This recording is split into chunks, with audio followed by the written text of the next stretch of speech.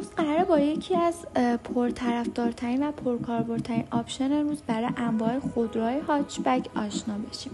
جک برقی صندوق عقب که برای اولین بار در ایران توسط گروه صنعتی وایلزد طراحی و تولید شده که الان میخوایم روی خودروی کویک CVT تست کنیم.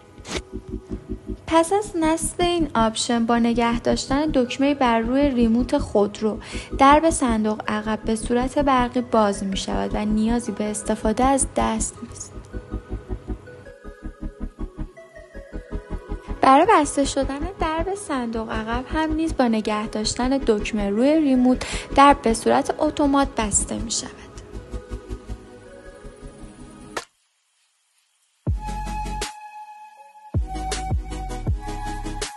یکی از مزایای جک برقی صندوق عقب خودرو اینه که مجهز به سیستم آنتی تراپه که اگه مانعی سر راه باشه از باز شدن درب جلوگیری میکنه و به صورت اتومات بسته میشه.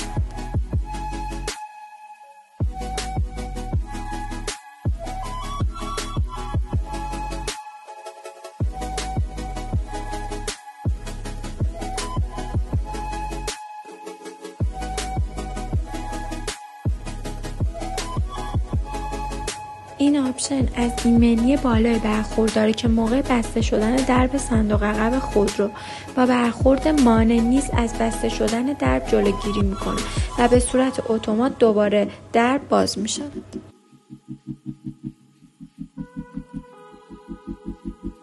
حتی بدون در دست داشتن ریموت با فشار دادن کلید جک برقی صندوق عقب درب به صورت اتومات بسته میشه.